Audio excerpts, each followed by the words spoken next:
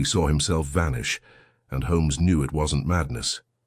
"Welcome to Tea and Clues. I am your host, Daxon. Let's solve this together. Tell me in the comments where you're listening from today. Your insights always brighten this journey. Let's begin." It was on a chill November morning in the year 1890 that I found myself once again at Baker Street, drawn as much by companionship as by curiosity. The hearth blazed with coal, the curtains kept out the thick yellow fog clinging to the windows, and Holmes, ever composed in a chair with legs crossed and fingers steepled, appeared as one deeply lost in contemplation. I had just removed my gloves and coat when the door burst open and Mrs. Hudson ushered in a figure unlike the usual procession of troubled clients. He was a man of remarkable symmetry in both posture and attire, tall and well-built, immaculately dressed in a charcoal grey suit with a silk cravat and a silver watch chain glinting beneath his waistcoat. Yet his face was pale, drawn tightly, as if his nerves were under siege. "I beg your pardon, Mr. Holmes," he said with an odd mixture of desperation and composure, "but I fear I must implore your assistance in a matter most singular. I have, quite assuredly, witnessed my own disappearance." Holmes did not flinch. His eyes, cold and precise, flicked over the man's attire, his gait, his hands. I could see from the twitch of Holmes's lip that he was already 10 steps ahead of us both. "You are Colonel Jocelyn Harrington of the 4th Northumberland Fusiliers," Holmes said, "late of Peshawar, invalided due to a sabre wound to the left thigh, and currently residing at number 6, Beaufort Gardens, Knightsbridge, with your sister, Miss Eleanor Harrington." The gentleman gave a start. "Good heavens, but yes, how on earth—" "Elementary. The crease in your left trouser leg has the distinct sag of a man who has compensated for an old injury. Your accent, sir, is unmistakably shaped by an upbringing in Kent, but finished with long exposure to officers from the Midlands, Peshawar being a likely station. Your card case bears the monogram EH, clearly not yours, but tucked into your inside pocket with care, a woman's care. And the morning editions mention an army man matching your description lodging at that address, which I noted only this morning over breakfast. But surely none of that explains the impossibility I have encountered." Holmes gestured for the man to sit. "Please proceed, Colonel," he said. "Begin at the precise moment the impossible became real." The Colonel took a breath.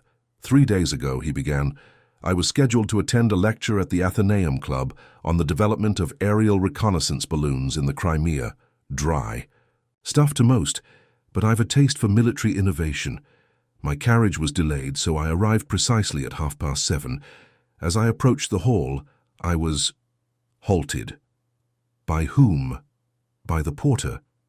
He looked startled. He said, "Back again. So soon, sir?" I asked him what he meant. He said I had entered only 10 minutes prior and had just walked out. Holmes sat forward slightly. I assured him he was mistaken, but he insisted. Not only had he seen me, he said I had spoken to several acquaintances in the hall. I found this outrageous, of course. Yet when I went inside, 2 separate gentlemen swore they had seen me moments before. He looked from me to Holmes, his hands clasped tightly. "But gentlemen, I was not there. I had not yet arrived." Holmes narrowed his eyes. "And what did this alleged second you do?" The Colonel hesitated. Or rather, I left abruptly. No one saw where I went. They said I seemed agitated. Then the real I, walked in, and chaos ensued." "Indeed," Holmes murmured, rubbing his chin. "A man who has witnessed his own prior arrival. Curious." "It gets stranger," the Colonel said, lowering his voice. "Yesterday, I received a letter, hand-delivered. It was in my own handwriting. It simply read, 'Do not follow me. Some truths must remain hidden. J.H.' Watson and I exchanged a look. "A forgery?" I offered. "No," he said. "I am a meticulous man, Doctor. I have studied my own writing long enough to know its nuances. That letter was written by me, and yet I did not write it." Holmes stood and turned his back to us, staring into the flickering hearth. "Colonel Harrington," he said after a pause, "has anyone close to you recently died, disappeared, or returned unexpectedly?" "No," the Colonel replied, confused. "Nothing of the sort." "Then I must ask you to be especially cautious. It is one thing to observe a ghost, quite another to see it cast your reflection. Holmes turned, his face suddenly alight with a peculiar hunger, for the game was afoot. "Watson," he said, "cancel your appointments for the day. We are going to Knightsbridge." The fog of Knightsbridge clung low to the cobblestones, swirling around the gas lamps like the trailing hems of a ghostly procession. Holmes strode forward with his usual brisk precision, his gaze never idle, his long coat swaying with every purposeful step. I kept pace beside him, Colonel Harrington trailing just behind, though clearly bewildered by the strangeness of his own tale. Holmes had not spoken since we left Baker Street, his silence not of indifference but of intense internal computation. I had come to recognize that look well, the eyes unblinking, the jaw tight with the fierce restraint of a mind working through a dense thicket of facts. When we arrived at No. 6 Beaufort Gardens, the house stood as one would expect of that genteel corner of London, a handsome stuccoed terrace, respectable, unassuming and quietly affluent. A maid answered the door, nervous, young and flustered by the appearance of two strangers and her employer in tow. Holmes gave her a brief nod. "We must speak with Miss Harrington at once," the Colonel interjected gently. "This is Mr. Sherlock Holmes, Mary. Please fetch my sister." The drawing-room into which we were led was tidy and bathed in muted winter light. A tea service lay abandoned on the table, and embroidery, half-finished, rested in a basket near the fireplace.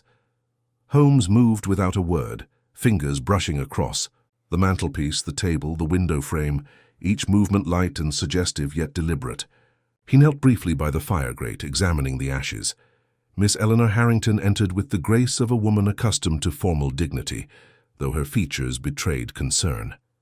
"Jocelyn, is everything all right?" she asked, her voice composed but laced with tension. Holmes rose and gave her a slight bow. "Miss Harrington, forgive the intrusion. I am Sherlock Holmes, and I understand you reside here with your brother." "I do. Please sit, Mr. Holmes. What has occurred?" "Your brother has shared with us a rather perplexing account. I must ask, has he behaved unusually of late?" Miss Harrington looked briefly at her brother. "Jocelyn has always been a reserved man, but no, nothing out of the ordinary." Holmes raised an eyebrow. "He has not left unexpectedly, spoken in riddles, written peculiar notes." At that her eyes narrowed. "He has done none of those things, at least not that I know of, but there is one matter—" "Pray go on," Holmes said, instantly attentive. "2 nights ago, I awoke past midnight and noticed that Jocelyn's door was ajar.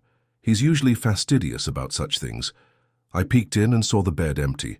I assumed perhaps he was unwell and had gone for water or medicine. But in the morning, when I asked, he seemed confused. He said he had slept soundly through the night." "You're certain it was him missing and not merely the impression of it?" I asked. "I am certain," she replied, her hands clasped in her lap. "The bed was unmade, the coverlet pulled back as though he'd risen in haste." Holmes turned to the Colonel. "Do you keep a journal, sir?" "I do, in fact, military habit. Retrieve it, if you please." While the Colonel left the room, Holmes approached the embroidery basket and delicately lifted a scrap of folded tissue paper, half concealed beneath a skein of thread. He opened it, inhaled slightly, then folded it once more and returned it. Miss Harrington looked surprised. "You noticed something?" she asked. "Merely that someone has recently handled Turkish cigarette paper in this room. Do you or your brother partake?" "No. Neither of us smokes," the Colonel returned, holding a small leather-bound volume.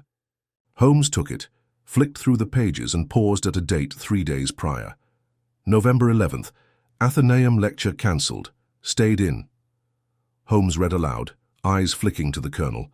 "Yet you claim to have attempted to attend." "I did," Harrington exclaimed. "That entry must be— No, I don't recall writing that at all." "Precisely," Holmes said, handing it back, "which suggests one of two things. Either you wrote it under some unusual mental duress, or someone else wrote it for you." "Someone else?" I repeated. "But who would have access?" "Indeed," Holmes murmured. "That is the question, and more importantly, why?" Holmes moved to the writing desk and gestured toward the blotter. "Watson, if you would." I stepped forward and held the blotter paper toward the light. Holmes passed me a small vial of benzene from his coat pocket. I dabbed the surface, revealing a faint impression. He must not remember, not yet. We stared at it in silence. Miss Harrington gasped softly. "What in heaven's name?" Holmes's eyes gleamed. "Miss Harrington, do you or your brother employ a valet or any regular visitor?" "No valet. Our manservant retired a month ago. Since then, only Mary has attended to the household, and a few acquaintances. Captain Forrester visits on occasion, a former comrade of Jocelyn's." Holmes nodded. "Captain Forrester. I shall want a word with him. Meanwhile, Watson, we must return to Baker Street. I require my files on somnambulism, handwriting mimicry, and the Redhill case." I hesitated. "Holmes, you believe someone is impersonating the Colonel?" Holmes looked at Harrington, then back at me. "Not merely impersonating him, Watson. Someone is constructing him, piece by piece, the Colonel's life, routines, mannerisms, replicated with care. Yet not to deceive him, to deceive everyone else. But to what end?" Miss Harrington asked. Holmes's gaze settled on the Colonel, cool and thoughtful. "That, madam, is what we must determine. But rest assured, someone has gone to remarkable lengths to make a version of your brother walk among us, and I dare say the man responsible is not yet finished." Just then the maid entered, hesitant. "A message just arrived for Mr. Harrington. A boy brought it, no name." Holmes took the envelope and slit it open. Inside, a single card with one line, cut neatly into the surface. "Do not look in the mirror after midnight." Holmes turned the card in his fingers, and for the first time since the case had begun, I saw the faintest flicker of unease in his eyes. "This," he said softly, "is beginning to feel like a game of reflections, and somewhere the true image is waiting to be shattered." The carriage ride back to Baker Street passed in a heavy silence. Holmes sat with his hands steepled beneath his chin, eyes half-lidded in that curious state between wakefulness and analytical trance. I had long since learned not to interrupt him in such moments, though the cryptic note, "Do not look in the mirror after midnight," burned in my mind with every rattle of the wheels. Colonel Harrington sat across from us, stiff-backed and visibly disturbed, as though the presence of that single line of text had shaken something loose in his composure. I suspected it had done the same to Holmes, though the detective's manner gave away nothing save the intensity of thought. Back at Baker Street, Holmes moved with new energy. "Watson, to the shelves. The file marked Redhill Ferguson, far left, and bring the Tuke monograph on dual personality disorders." I did as instructed. He snatched the Redhill file with interest and flipped through the pages with rapid precision. "This case, Watson," he said without lifting his eyes, "concerned a solicitor whose client swore he had been present in court while simultaneously signing deeds at his home in Twickenham. It was dismissed as legal confusion. I, however, interviewed the housemaid. She swore under oath that she had laid tea for him herself. The resemblance to our present case is striking." "You believe, then," I said, "that we are dealing with some variety of impersonator, an actor of sorts?" Holmes gave a sharp shake of the head. "No, not an actor, something deeper. A form of mimicry that goes beyond appearance, behavioral, psychological. Whoever is behind this is not content to appear as Colonel Harrington. He is attempting to become him." At that, Mrs. Hudson entered with a note, freshly arrived. Holmes tore it open, scanned it, and handed it to me. "I saw the Colonel enter the Athenaeum on the 11th. I know because I followed him, and I can prove it. Meet me at the rear of Hanover Chapel at 9 o'clock this evening. Come alone." "It's unsigned," I said. Holmes smiled thinly. "Of course it is." I looked at him with unease. "And you'll go?" "Naturally. But not alone, and not as myself." He rose and crossed to the wardrobe, throwing it open to reveal a row of disguises, hats, coats, cravats, and wigs in varying states of theatricality. "If this informant truly followed the Colonel, he may know more than he realizes. Or," he added, selecting a faded overcoat and false beard, "he is luring me into a trap. Either possibility demands that we accept the invitation." That night, as the gas lamps flickered along Regent Street and the fog returned to its silent dominion over the city, Holmes and I approached Hanover Chapel through the back alley. Holmes, hunched and shuffling in the guise of an elderly bookseller, kept a pace just behind me. The chapel's rear entrance loomed in shadow, its archway marked by soot and age. A lone figure waited beneath it, half obscured by the mist. I stepped forward first. "You sent the message?" The man nodded, his hat brim low, his voice cautious. "I did. I saw him. I saw the Colonel. He was not alone." "Go on," I said, while Holmes lingered in the shadows. "There was another man, looked like him, moved like him, but something was wrong with his hands, too smooth. The real Colonel has a scar across 2 knuckles, yes? This man didn't. I tried to follow them both after the lecture, but they separated. One vanished toward Covent Garden, the other turned back toward Knightsbridge." Holmes stepped forward. "Why come to us?" The man gave a short start at the disguised voice, but seemed to accept the change in company, "Because I heard a rumor from a man who deals in forged papers. He said someone's been hiring artists to replicate handwriting, military records, journals, letters. Said it was the most elaborate commission he'd seen. I didn't believe it meant anything. Until I saw the Colonel twice." Holmes leaned in. "This forger, where is he?" The informant shook his head. "Gone, flat cleaned out. Name was Bellamy, disappeared last week." "Did he say who hired him?" "Only that the man paid in gold. Foreign coin." Holmes drew back. "That will be all, thank you." The man nodded and slinked off into the mist, vanishing with such quickness that I half suspected we'd imagined him. Holmes dropped the disguise at once, stripping off the beard and coat, his features returning to their usual sharpness. "This confirms it, Watson. Someone is not merely imitating the Colonel. They are reconstructing his entire existence, as one would a character in a play. Down to the penmanship and war records. The implications are staggering." "But why, Holmes? What possible motive?" He raised a finger. "That, my dear fellow, is the last and most dangerous unknown." We returned to Baker Street near midnight. Holmes had resumed his restless pacing, and I busied myself with transcribing notes. The candlelight flickered oddly in the mirror across the room, drawing my eye. I paused. My reflection had moved just a fraction of a second slower than my own gesture. "A trick of the light, surely." I said nothing. Holmes stood abruptly. "We must return to Beaufort Gardens at once." "At this hour?" "I believe our adversary counts on our hesitation. But it is precisely now, after midnight, that his game begins in earnest." We arrived to find the house still lit. Miss Harrington answered herself, visibly startled.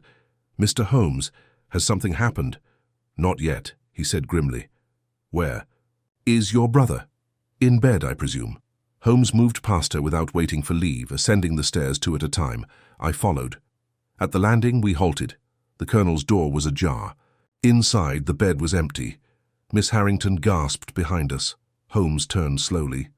"Tell me," he said softly, "are there any mirrors in this house apart from the ones in the dressing rooms?" She hesitated. "Just one. An old cheval glass in the attic. It belonged to our grandfather. We rarely use it." "Rarely."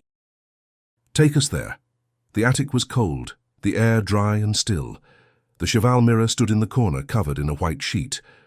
Holmes pulled the sheet away. The glass reflected the 3 of us, and then, impossibly, a 4th figure. Colonel Harrington stood in the mirror, pale and still, as though waiting, but he was not in the room. Miss Harrington stifled a cry. I reached out instinctively, but the reflection did not mimic my motion. The figure simply turned, slowly, and walked away, into the mirror disappearing from sight. Holmes did not move. His voice was calm and low. "Now we know," he said. "Someone is trying to replace the Colonel because the original may already be gone." Miss Harrington clutched the banister with trembling hands, her face bloodless as we descended from the attic. Holmes, still unusually quiet, kept his eyes fixed ahead, as though seeing past the ordinary walls and corridors of the house into something far more intricate and sinister. I had witnessed many strange cases with Holmes, but never one that toyed so deliberately with the boundary between the real and the unreal. The reflection in the mirror had not mimicked us, had not moved in concert with our own gestures, but had acted with intention, separate and deliberate. It defied explanation, but Holmes did not seem disturbed by its impossibility. He seemed invigorated. We returned to the drawing room, the hearth now dark, the tea service long since cleared. Miss Harrington had recovered herself slightly, though her composure remained taut. Holmes paced before the unlit fire, hands behind his back, the floorboards creaking faintly beneath his steps. "I must ask, Miss Harrington," he said without preamble, Have you ever noticed anything unusual in your brother's habits? Not merely in the last week, but in the month since his return from service. She looked at him warily. Only that he has been changed in ways I attributed to the strain of war. He speaks less, occasionally stares into space, sometimes. I would enter a room and find him watching himself in a mirror, as though he were unfamiliar to himself. Holmes halted. That is not a trivial detail. What you describe suggests a dissociation of identity, a phenomenon not uncommon. In those suffering from prolonged trauma or manipulation, the mind rebels against its own reflection when it senses a dissonance between its internal self and its external presentation. But what could cause such a split? I asked. Holmes turned to me, his expression sharpened. That is precisely the question, and I believe it lies not in the Colonel's mind, but in his environment. He walked to the window and pulled back the curtain. Come, Watson, there is one more place we must visit tonight. Tonight? I repeated. Holmes, it's past 2 in the morning. All the better. That which hides in daylight may reveal itself in darkness. We left Miss Harrington with instructions to bar the doors and not permit her brother entry if he returned before us. She nodded, pale and confused, but too frightened to argue. Our destination was obscure. Holmes directed our cab not to the Athenaeum or to Scotland Yard, but to a location near the Thames, south of the river, where the streets grew narrower and the fog thickened into a suffocating mist. We stopped before a derelict warehouse with rotting timbers and boarded windows. Holmes stepped out first and signaled me to follow, taking a lantern from beneath his coat and lighting it carefully. This was once the studio of a Mr. Julius Bellamy, he said, the forger mentioned by our anonymous informant. If he fled, as we were told, he did not take much with him, and I suspect he did not leave willingly. We pried open the rear entrance, the wood brittle with decay. Inside, the air was rank with dust and neglect. The lantern cast long twitching shadows against the walls, where remnants of Bellamy's trade remained. Ink pots, scraps of parchment, magnifying lenses, and practice sheets of handwriting laid out with obsessive precision. Holmes moved swiftly, scanning the surfaces, then stooping by a work table where a thin layer of soot had settled. He pointed. Watson, see here. I bent closer. There, beneath the edge of a blotting pad, lay a fragment of parchment with a single sentence repeated several times. He is not me. I am not him. A chill prickled the back of my neck. Holmes searched further, and within a drawer he found a small bundle of wax-sealed envelopes, each addressed to J.H., and marked with the same looping hand we had seen in the Colonel's journal. Holmes cracked one open and read swiftly, his face growing tighter with each line. They are letters, to himself, Holmes said. Instructions, scripts. Someone has created a full psychological profile of the Colonel, responses, phrases, thoughts, even emotional triggers.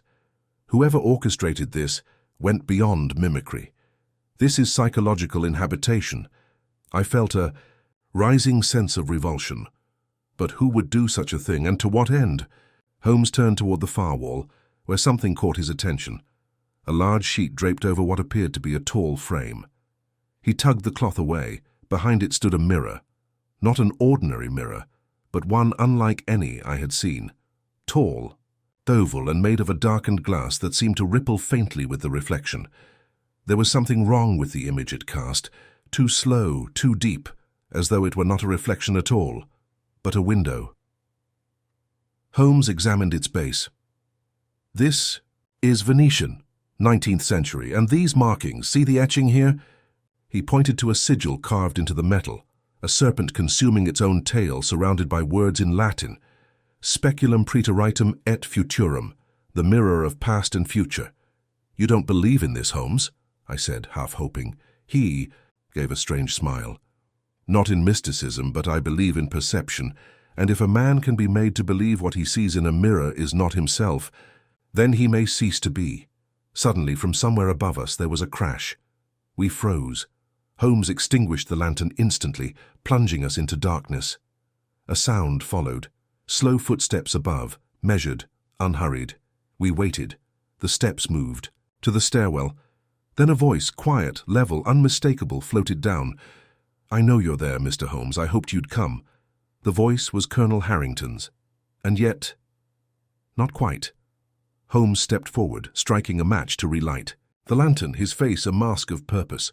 "Come, Watson," he said without turning. "It is time we met the man who wears another man's skin." Holmes moved first, his hand steady as he relit the lantern.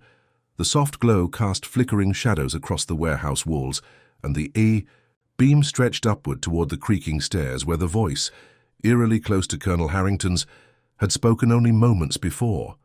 I followed as quietly as I could, my revolver drawn though I felt absurdly unprepared, as if no weapon could adequately defend against what we were about to encounter. The stairwell groaned beneath our steps. At the top, a narrow corridor branched into 2 storage rooms, both doorless, both dark. Holmes paused, lantern raised, eyes sweeping side to side. Then, with calculated calm, he called out into the stillness. "You are not Colonel Harrington, but you've studied him, worn him like a second skin. It's time to stop hiding." There was a moment of silence. Then a figure stepped forward from the shadows of the left room. He looked exactly like the Colonel. The resemblance was uncanny, not merely in features or clothing, but in manner.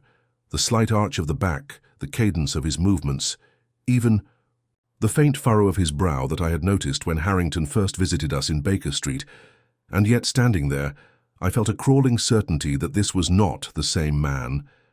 The eyes were too alert, predatory, almost joyous in their recognition of the hunt nearing its conclusion. Holmes did not flinch. "You've come far," Holmes said, voice low. "But the real Harrington was never yours to possess. So tell me, what was the plan? Replace him? Erase the original so only your version remained?" The man's lips curved slightly, though he said nothing at first. When he did speak, it was with that same clipped military accent. He was never strong enough to carry it. But I was. He merely opened the door. I walked through it. Holmes stepped closer. "You've orchestrated a complete psychological substitution, forged letters, studied his voice, his movements. Even his memories, I wager." "I am his memories," the man replied, "or will be. Soon no one will know the difference. Not his sister, not his colleagues, not even Scotland Yard." "But there's one flaw," Holmes said coldly. "One detail you cannot counterfeit. Conscience. Your version lacks restraint. You act before thinking, betray an appetite for control that the true Colonel never possessed." The man, if one could still call him that, smiled more broadly. "And yet you came here, alone in the dark." He stepped forward. Holmes did not retreat, nor did I, though every instinct screamed caution. "I have questions," Holmes said. "Not about how. I've seen enough to deduce the method. But why? Why Harrington? Why this identity?" The figure tilted his head. "Because he left an opening, a wound he never closed. War breaks men differently. Some come back broken, others hollow. The Colonel returned from Peshawar unsure of himself. A mind in pieces is easier to shape than one firmly whole. He left parts of himself scattered behind him, and I gathered them up." "You knew him in Peshawar," Holmes concluded, briefly. "But that was enough. Enough to see the cracks." Holmes nodded. "So you made it your project, gradually infiltrating his life, slipping into it unnoticed." "He invited me in," the man whispered, and for the first time his voice trembled, not with fear but with something like reverence. "He looked into that mirror you found, and he saw someone he wanted to be. Not himself, but stronger, less burdened. And you became that reflection," Holmes said, "not just a doppelganger, a parasite." Suddenly the figure stepped closer, and I raised my revolver. Holmes raised a hand to still me. "I do not intend violence," the man said. "That would defeat the purpose. I only wish for you to understand, Mr. Holmes, this is not mimicry. It is evolution. The Colonel will disappear, yes, but he'll be remembered. His name, his reputation, everything intact. But behind it, me." "And what of the real Colonel?" I asked, my voice hoarse. "Where is he?" The man's gaze flickered, just a flicker, and Holmes seized it. "You kept him alive," he said softly, "at least for a while. You needed him, needed to study him, observe him closely, perhaps even interrogate him under the guise of care." "Where?" I pressed. "Where is he now?"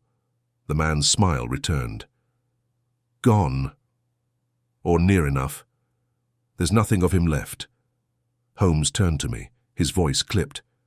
"We need to search the basement. Now." The doppelganger did not move. To stop us, only stepped aside with a theatrical bow as though he knew the endgame had arrived and now merely wished to observe it unfold. We descended quickly, Holmes moving ahead with the lantern held high. The basement was colder than above, and the stench of mildew was strong. Stacks of papers and old trunks lined the walls, but Holmes pushed them aside until he found what he was seeking, a small door concealed behind a leaning bookcase. He forced it open. The room beyond was no larger than a prison cell. There, slumped, on a cot, was the real Colonel Harrington. He was alive, but barely. Pale, gaunt, with a beard that had grown unchecked, and eyes that flickered open only weakly at our presence. "Jocelyn," I whispered, rushing forward. He blinked slowly, trying to speak, but no sound came. Holmes bent close, examining his pulse, then nodded. "He's been drugged, kept on a slow regimen to weaken both body and memory, but he's alive." Behind us, the footsteps returned. The man stood at the door, watching. "I didn't want to harm him," he said softly. But there could only be one. Holmes rose and faced him, and there still is, the original. The man laughed, a sad, strange sound. "No one will believe him, not after what I've done, not after what he wrote." Holmes's eyes gleamed. "Ah, but you made one mistake. You forged his past, but not his scars. You missed the saber wound, left thigh, a military record detail you chose to omit to better your stride. You don't limp, he does." The smile vanished. For the first time the man looked uncertain. Holmes stepped forward. "And now I believe we shall inform Scotland Yard. You see, the moment you decided to become another man, you ceased to exist, in law, and that leaves you quite vulnerable." The man backed away slowly, then turned and fled up the stairs. Holmes looked to me. "See to the Colonel. I'll deal with the Phantom." I watched him go, coat whipping behind him like a banner, in the storm, as he vanished after the man who had tried to erase another soul. And in that moment I felt the tide shift, not with violence but with revelation. For the truth, when brought to light, casts out even the cleverest shadows. The basement air was stale, heavy with damp and decay, but I remained kneeling beside the real Colonel Harrington, pressing my fingers gently to his wrist. The pulse was there, weak but steady. Holmes had been right. The man had been kept in a state of half-existence, drugged and isolated, his identity diluted slowly, deliberately. I reached for a flask of water from my coat pocket and coaxed a few drops between his lips. He swallowed with difficulty, eyelids fluttering, then fell back against the cot, breathing shallowly. Above, I could hear footsteps, the rhythmic thunder of pursuit. Holmes racing through the rotted wooden halls after the man who had so nearly stolen a life. I dared not leave the Colonel. If the impostor doubled back, he could do real harm in desperation. I pulled a crate in front of the door as a makeshift barricade and turned back toward Harrington. He stirred, his eyes finding mine. "Dr. Watson?" The voice was a croak, scarcely audible. "Yes," I said gently. "You're safe now. Holmes is here. The man who did this won't escape." His head moved in a faint nod. His fingers twitched at his side as though trying to grasp something no longer there. He watched me, spoke to me, wore my clothes, he murmured. He made me tell him things, not just facts, feelings. I leaned closer, straining to hear. He said, if I disappeared, the world would be tidier, that no one would know, no one would care which of us remained. He looked up at me then, with a hollow desperation that struck deeper than any wound I'd seen on the battlefield. Was he right? "No," I said firmly. "He was wrong. And you're going to prove it." From above came the crack of splintering wood, then a crash as if something heavy had toppled. I rose at once, seized my revolver and threw aside the crate. As I ascended, the shadows seemed to lengthen around me, and I felt an increasing sense that this warehouse was not merely a physical trap, but a psychological one as well. A place carefully chosen by the impostor for its isolation, its decay, its slow collapse. A place made for a man to vanish. I emerged into the corridor where we had first seen the impostor. The lantern lay on its side near the top step, still flickering, and just beyond it I heard Holmes's voice, sharp, commanding. "Don't move, you've run far enough." I followed the sound and found them in the uppermost loft space, a long, open room cluttered with broken crates and rusted pulleys. The impostor stood at the far end, his chest heaving, hair disheveled. Holmes stood between him and the narrow window that looked out over the foggy Thames. "I have nothing to lose," the man said. "On the contrary," Holmes replied, unshaken. "You've spent months building a life to steal. That's a considerable investment for a man planning to vanish." "It was never about vanishing, it was about becoming. Then become this, a man held accountable." The impostor's hands curled into fists. "You don't understand what it's like. To watch someone waste the life you could have lived. Better. He was born into privilege, given rank, purpose, honor, and he squandered it all in silence and shame. He came back broken. He didn't deserve that name." That name. "And so you appointed yourself its guardian," Holmes said coolly, "by imprisoning the man and rehearsing his life like a stage play?" "I preserved what he couldn't," the impostor snarled. "His sister will never forgive what she nearly lost, but she admired me. She looked at me and saw strength." Holmes took a step forward. "She saw her brother, or thought she did. What she saw was an illusion, just as you've been deluding yourself. You can't prove who's who," the impostor spat. "Not in court, not to the Yard. They'll believe the letters, the witnesses, the speech. I've planned everything." Holmes's smile was faint, almost pitying. "Except the limp." That stopped the man cold. For the first time he hesitated, his body stilled, his breath caught. "You erased it from your version because you found it weak," Holmes continued. "But in doing so, you betrayed your own ignorance. The saber wound was not just a scar, it was a signature, a part of him no actor could replicate. Lestrade will find it in the medical records. It will match his body, not yours." The impostor's chest rose and fell rapidly. He turned toward the window behind him. "No further," Holmes said sharply. But I saw the man's eyes flick down, calculating, desperate. I lunged just as he turned. He made it to the sill before I tackled him sideways. We crashed to the floor with a thud that shook the boards, and for a moment I felt the wild strength of his limbs, the savage refusal to be caged. Then Holmes was there, pinning the man's arms, binding his wrists with a length of cord torn from a pulley rope. The impostor stopped struggling. "I was better than him," he whispered, his cheek pressed to the floor. "I was everything he wasn't." "No," Holmes said softly. "You were only everything he feared." We handed him to the authorities at dawn. Inspector Lestrade, summoned from Scotland Yard by Holmes's telegram, arrived in a fog-drenched hackney just as we led the bound. Impostor outside. The man did not speak again, not in the cab, not at the station. He stared straight ahead with the detached serenity of someone who had convinced himself he had done no wrong. It was not the look of guilt. It was the look of delusion. Colonel Harrington, weak but recovering, was transferred to a private convalescent home in Kensington under discreet watch. Holmes gave instructions that his reappearance be handled with the utmost care. "If the world has been convinced he vanished," he told me, "let it take equal time to believe he's returned, gently, as if from a long illness." And when I asked him days later whether he thought the impostor had ever truly believed he was the colonel, Holmes only replied, "There are men who wear masks so long, they forget they were ever wearing one. But the mirror never forgets." He turned then, lit his pipe, and stared once more into the hearth. And in the flickering shadows of 221B Baker Street, the case of the man who witnessed his own disappearance passed into memory. Another riddle solved, another shadow cast out by the light of reason. Holmes had spoken little in the days that followed, and I knew better than to press him. Though the case had ended with the impostor's capture and the real Colonel Harrington's liberation, there lingered a tension in the air, as though Holmes sensed unfinished threads dangling just out of reach. He spent long hours at the window of our sitting room, pipe in hand, his gaze fixed not on the street below but somewhere far more abstract, and though his expression remained composed, I recognized that inward stillness, that tightness of brow, that only came when a question remained unanswered. It was on the third day, just past noon, when the question revealed itself. "Watson," Holmes said suddenly, turning from the window, "does something strike you as curious about the impostor's final words?" I looked up from the medical journal in my lap. You mean when he claimed to be everything Harrington wasn't?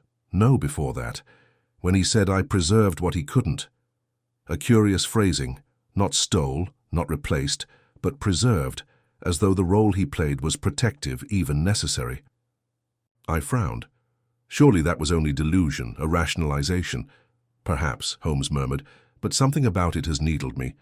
There is a clarity in madness that often reveals what the sane overlook. He crossed to the fireplace and began rifling through the stack of letters we had taken from Bellamy's workshop, the forged correspondence, notes, and practice sheets. He selected one, not by content, but by the quality of the parchment, and held it to the light. Observe this, Watson. This letter is dated 3 weeks before the impostor's first known appearance at the Athenaeum, and yet it bears a curious addition. See here in the margin? I squinted. A faint line nearly lost in the margin. Do not let him remember. Holmes placed the letter beside another, one from a different bundle. This second letter, written in the same hand and style, reads, "Mirror first, then speak. He will believe what he sees." I sat up straighter. You think these were not merely notes to impersonate Harrington, but instructions for interacting with him directly? Precisely. The forgeries were not just about deceiving others. They were part of a long campaign to manipulate Harrington himself, perhaps to convince him he was imagining things, or to encourage the breakdown of his memory. These weren't merely props, they were psychological tools. A heavy silence fell between us, which means, I said slowly, that the impostor didn't just plan to replace Harrington, he meant to destroy his sense of self completely. Holmes nodded. A more insidious crime than we realized. Not merely theft of identity, but erasure of it. He turned, and for a moment I saw something rare in his expression. Not pity nor horror, but a kind of grim admiration for the elaborate cruelty involved. And yet, I added, he failed. Harrington still knew himself. He recognized us. Remembered what had been done. Barely, Holmes said. The drugs clouded him, but something deeper held on. A sense of self that resisted disintegration. It saved him in the end. We were interrupted by a knock at the door. Mrs. Hudson entered with a telegram. Holmes took it, scanned the contents, and passed it to me wordlessly. Holmes, stop, something strange happened last night. Stop, Colonel tried to leave facility. Stop claimed he had never met you. Stop then collapsed. Stop, please advise. Stop, Dr. Milton. Kensington Clinici stared at the message, a slow dread growing in my chest. He doesn't remember us. Holmes had already donned his coat. No, which means the work begun by our adversary may not be finished after all. Come, Watson, we must see to the Colonel at once. The Kensington Clinic stood in a leafy crescent, discreet and hushed. Dr. Milton, a small, fussy man with wisps of white hair and pince-nez glasses, met us at the entrance and led us without delay to Harrington's private suite. He's not violent, the doctor assured us, but his mental state is inconsistent. He knew himself this morning, but failed to recognize his own sister during luncheon. Then at supper he insisted he had never served in India at all. We entered the room. Colonel Harrington was seated by the window, staring out at the garden, a blanket across his knees. He looked thinner, paler than even the night we had found him. His eyes followed Holmes and me as we approached, but there was no sign of recognition. "Colonel?" I said gently.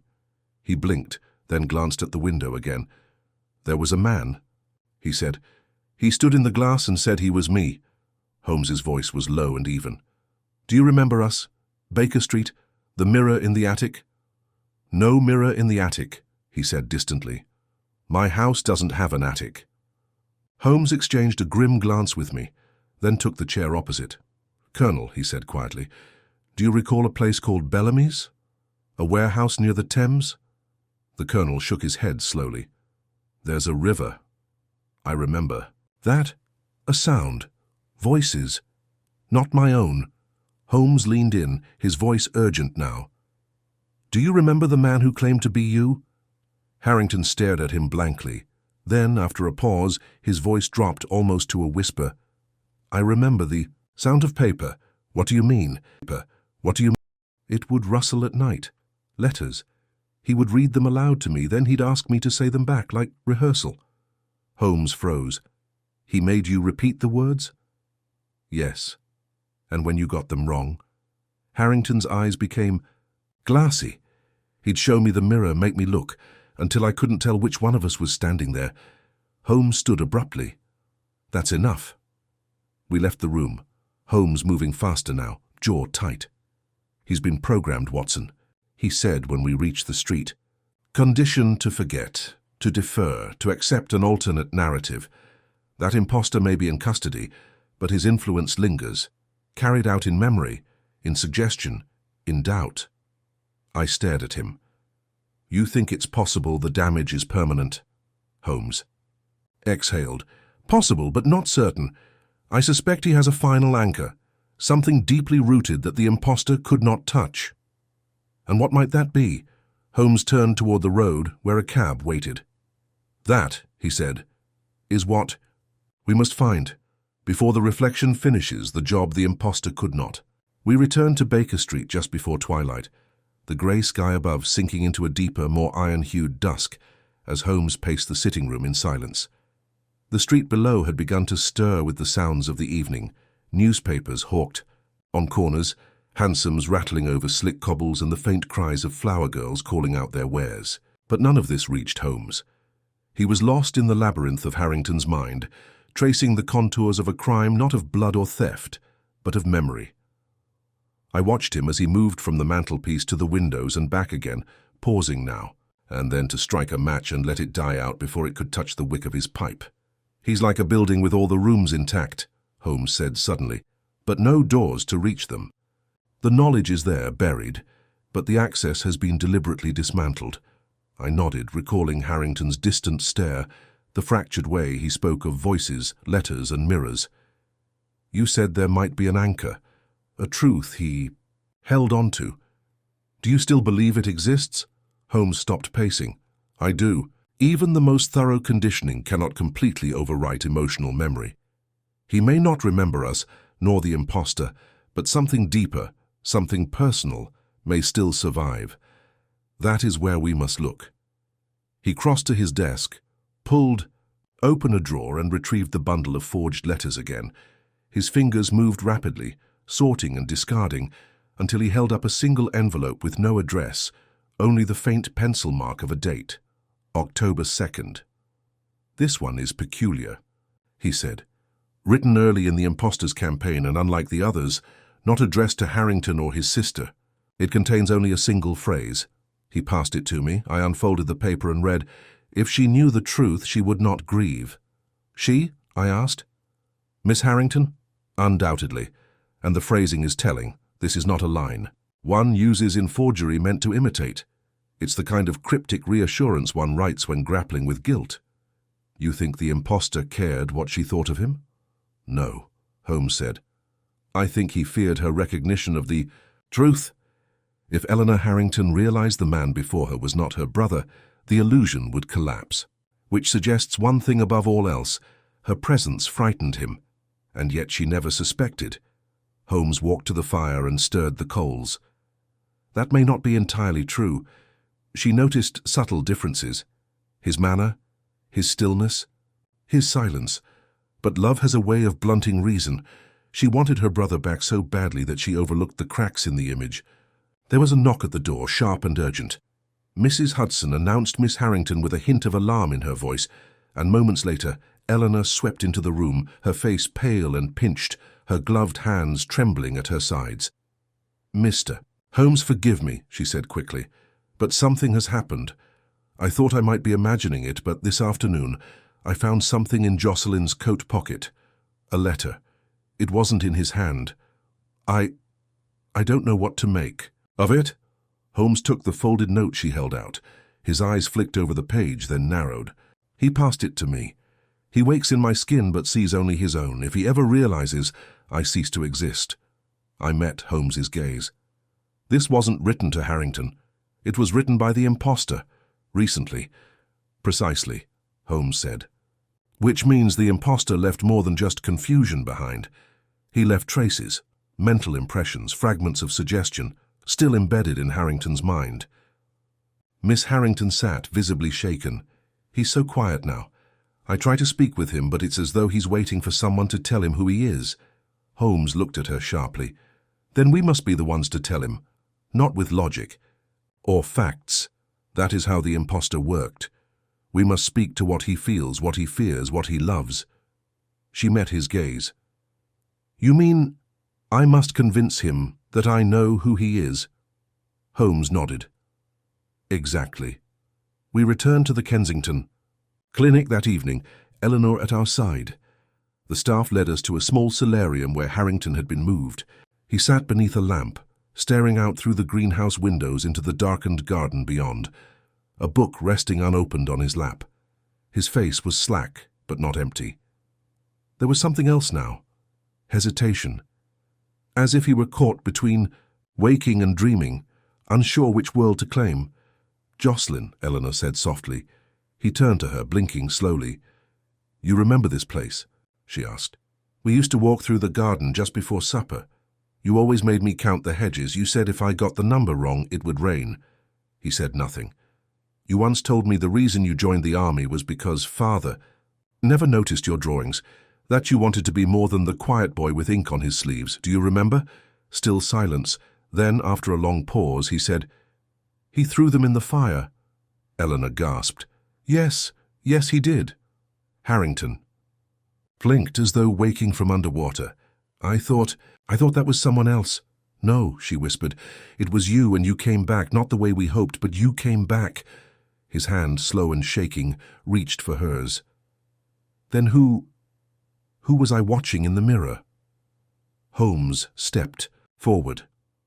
A man who wanted to be you, and almost succeeded. Harrington looked at him, and for the first time since the basement, there was recognition. You're the one who stopped him. I merely showed him the reflection, Holmes said. You were the one who refused to vanish.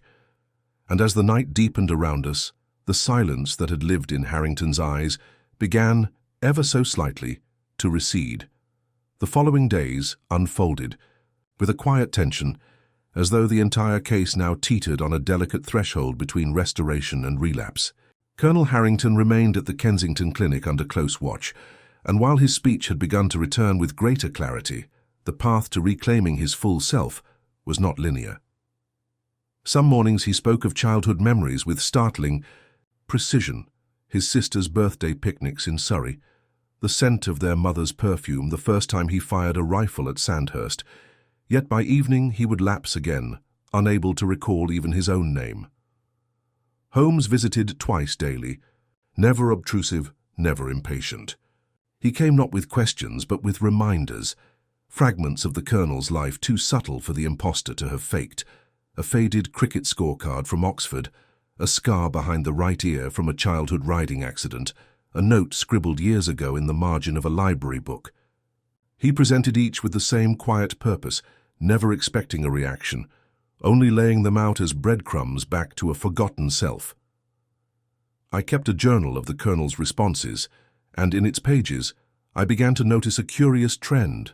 While factual recollection remained uneven, emotional memory, the feelings attached to places, people, and even particular times of day, was returning with far greater strength. On one occasion, Holmes brought him a pressed flower from the garden at Beaufort Gardens. The Colonel had stared at it in silence before murmuring, "She used to press them into my Latin primers, said I needed something to soften the edges of Caesar and Cicero." He hadn't named his sister, but we all knew. It was on the fifth evening, rain curling against the windows, the gas lamps haloed in mist, that Holmes sat beside me at Baker Street with a fresh sheaf of papers in hand. He placed them on the table without preamble. These were recovered from Bellamy's rented flat in Lambeth, a second property. It appears our impostor was more meticulous than we suspected. I looked through them. Drawings, floor plans of Beaufort Gardens, documents listing habits and schedules. One page stood out. It bore no title, only a phrase written in a looping ornate script. To replace a man, you must first bury his memory in silence. Beneath it were not notes but instructions, a list of actions each marked by a date. CT in 4, isolate from sister, increase sedative dose, replace night routine.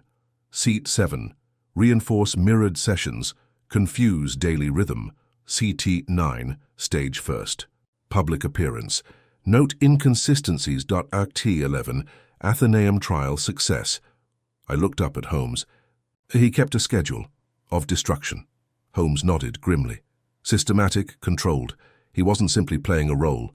He was hollowing out a man's soul by increments, day by day. A silence stretched between us. Holmes poured himself a measure of brandy and passed one to me. But here, he said, setting down his glass and selecting one final sheet, is the piece that disturbs me most. It is a letter, but not one addressed to anyone. I read aloud. If I am ever discovered, they will say I was mad. But it is the world that is sick, so tied to identity, to a name, to a limp or a habit. They do not understand the freedom of becoming. The Colonel feared that freedom. But I embraced it. And now I will wear his history like a second skin, until no one remembers there was ever another. A slow chill settled over me. He meant it, I said. He believed it. Yes, Holmes replied. And men like that do not stop with one life. He stood and began pacing again, more agitated than I had seen him since the night of the confrontation at the warehouse. I misjudged him, Watson. I thought his aim was singular. One man, one identity. But that letter, that philosophy, it suggests a larger pattern. What if Harrington was not the first? What if he was only the first to resist? The notion struck me cold. You suspect there were others? Holmes nodded. Others less fortunate. Men who disappeared quietly, with no sister to raise the alarm, no accident of duplication at a public club. We must investigate Bellamy further, and his contacts. There may be more victims, lost not to murder, but to replacement. The word lingered in the air like smoke. Before we could speak further, there was a knock. I rose to answer it and found a young boy holding a rain-spattered envelope. He handed it over without a word and vanished down the stairs. I brought it to Holmes, who opened it with his usual care. Inside was a single card on fine ivory stock. The face may change, but the method remains. Southwark. Number 27. Before midnight, there was no signature. Holmes met my eyes. This is not over, Watson. You believe it's him? I believe it's someone who shares his principles. Perhaps a student, or a rival, or something worse, a collaborator. We left at once. The rain had slowed to a mist, and the streets of Southwark were nearly silent as we arrived at the address, a nondescript boarding house nestled between two disused bakeries. Holmes led the way up the narrow steps, each creaking tread raising the hair on my neck. We reached the door to number 27. Holmes raised his hand to knock, but the door swung open before he could. Inside stood a man, tall, gaunt, unfamiliar, but his eyes, those eyes, I had seen them before. Not the man from the warehouse, but close, too close. Holmes did not hesitate. You sent the note? Yes, the man said, voice dry as ash. You were warned once before, Mr. Holmes. Mirrors are not the only tools of transformation. Holmes stepped inside and I followed. The door closed behind us with a finality I did not like. On the far wall hung a single item, a mask. Blank. Expressionless. But it radiated something terrible, not evil, not insanity, but intent. Holmes turned to the man. What was he to you? A mentor? A mirror, the man said, smiling faintly. And what does one do when a mirror breaks? He gestured to the mask. One simply makes a new one. Holmes did not speak immediately. He stood just beyond the threshold of the dimly lit room, his eyes fixed on the mask that hung on the wall like a relic of some primitive ritual.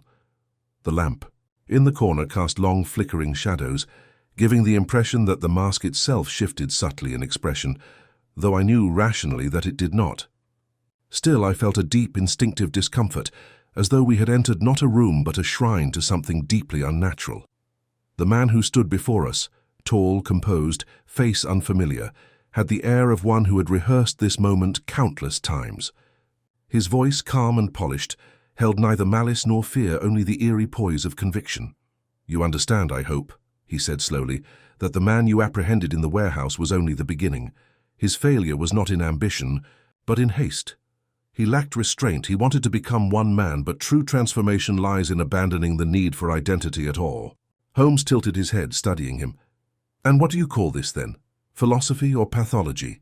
"A design," the man replied. "An evolution. Our society clings to names and histories like children to blankets, fearful of what they might be without them. We strip away the past, discard the burdens of lineage and shame, and rebuild ourselves clean, free." Holmes took a step forward. "And who, precisely, is we?" The man smiled. "You've already met one. There are others, each learning from the mistakes of the last, each closer to perfection." "Perfection being the theft of lives," I said, unable to keep the disgust from my voice. "No," the man replied, his gaze shifting to me for the first time. "Relinquishment. You see theft because you are bound to the idea of ownership. But what is a self, really? But a collection of performance and memory. Strip away both and what remains is potential." Holmes studied him carefully, then spoke, his tone deceptively mild. "The message you sent us, what was its purpose? A confession, a challenge?" "Neither," the man said. "A courtesy. You've entered a game whose rules you don't yet understand. I admire that, but you should also know you won't stop it. You've removed one actor. The play continues." "And what part do you play?" Holmes asked. "I write the script." There was silence, then with quiet deliberation, Holmes reached into his coat and drew a small, leather-bound notebook, the very one in which I had logged Colonel Harrington's observations and recollections. He held it out. "I wonder then if your script can account for resistance, for memory that refuses to yield." The man looked at the notebook, then back at Holmes. "A dying flicker, nothing more. The man you saved was already undone. He will live, perhaps, but he will never know he lives, not in full." Holmes turned the notebook in his hands. "You mistake us. We did not rescue him to restore a name. We rescued him to preserve a soul." The man's smile faltered, only slightly. "Interesting," he said, "but irrelevant." I stepped closer. "If this is so irrelevant to you, why summon us? Why not vanish? Because even a mirror needs a viewer," he said. "What is transformation if it goes unseen?" Holmes said nothing, only reached up, quick as a striking viper, and removed the mask from the wall. He held it carefully by its edges, then turned it over in his hands. Its interior was lined with fabric, stitched with delicate embroidery. A single phrase had been sewn inside, the lettering small and neat. "I was never here." Holmes exhaled softly. "A creed, then? Or perhaps a final hope?" The man watched him without moving. "It will never stop, Mr. Holmes. You cannot arrest an idea." "No," Holmes said, "but I can shine light on it. And your ideas, sir, wither in light." There was a long pause. Then Holmes turned to me. "Watson, the police are waiting 2 streets over. Bring them." I moved to obey, but the man raised his hand. "There is no need. I have nothing to hide." Still I went. Within 5 minutes, I returned with Inspector Lestrade and 2 constables. They entered the room warily, expecting resistance, but found the man exactly where we had left him, his hands folded behind his back. He offered no struggle, no complaint. Only a single phrase as Lestrade read him his rights. "You've captured only a shadow." Holmes said nothing, merely watched as he was led away. After the door had closed behind them, I turned to him. "Do you believe him?" I asked. "That? There are more." Holmes stood in the center of the room, staring once more at the wall where the mask had hung. "Oh, yes. He spoke not as a madman, but as a missionary. That is what troubles me." We returned to Baker Street in silence. As Holmes settled into his chair, he placed the mask on the table between us. It looked smaller now, inert and harmless. Yet its presence in the room seemed to draw the warmth from the hearth. Holmes regarded it for a long moment. "They do not seek power," he said at last. "They seek erasure, not domination, but deletion. And that, Watson, is the most dangerous ideology of all. A man who kills leaves evidence, but a man who vanishes and takes his identity with him leaves only questions." And Colonel Harrington? "He may yet find wholeness," Holmes said, "but he will carry the scars of being undone. All we can do is help him remember the shape of himself."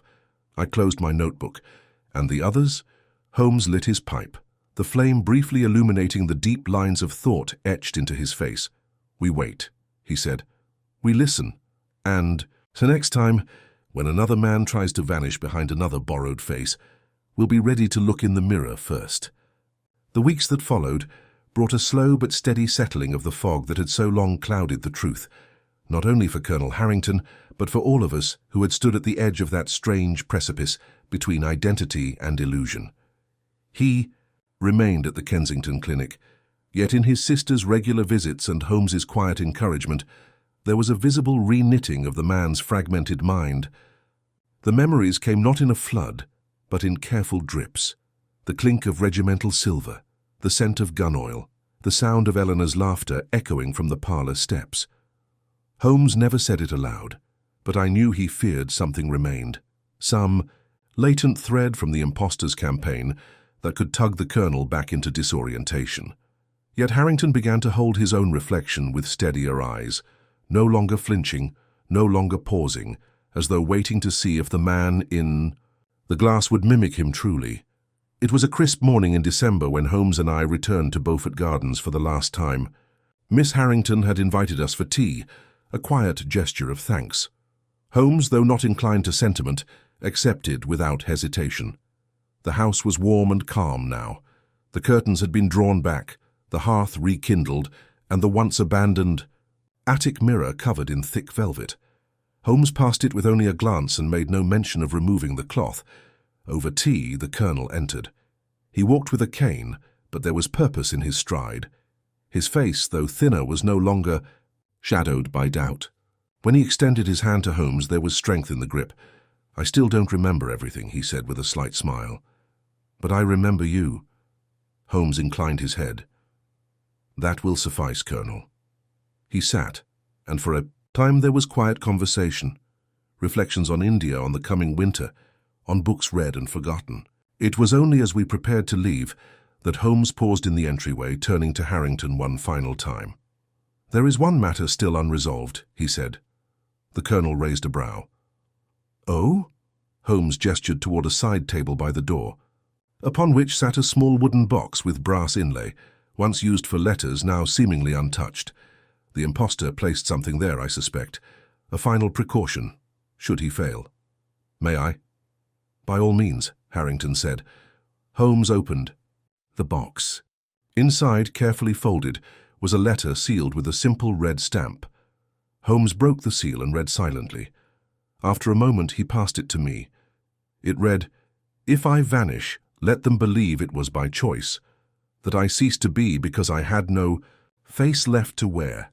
But if the original survives, if he returns, then know this: his mind will never be whole. I have left too much of myself inside. He will speak with his voice, but I will echo through it. I will always be the ghost beneath his skin." I looked to Holmes. Was it true? Is there a part of him still in there? Holmes turned to Harrington and studied him for a long moment. The colonel returned his gaze with calm steadiness. "No," Holmes said. "There is only the man who chose to return." Outside, as we stepped into the cool London air, Holmes lit a cigarette and walked a few paces in silence. "You see, Watson," he said at last, "the cleverest of deceptions is not one that fools the world, but one that nearly convinces the victim to surrender his own reality. That is what they sought, not to kill men, but to unmake them. But they failed." Holmes gave a rare smile. "This time. But failure teaches more than success, and there will be others. Men with names we'll never know, seeking to erase others and wear them instead." He paused as we reached the corner, "And when they do, we'll remind them, the self is not a face or a voice, it is a choice, and as long as a man can choose to remember who he is, no impostor, no shadow, no mirror can ever replace him." With that, Holmes turned his collar against the wind and led the way back toward Baker Street, where another fire waited, and no doubt another mystery just beyond the smoke.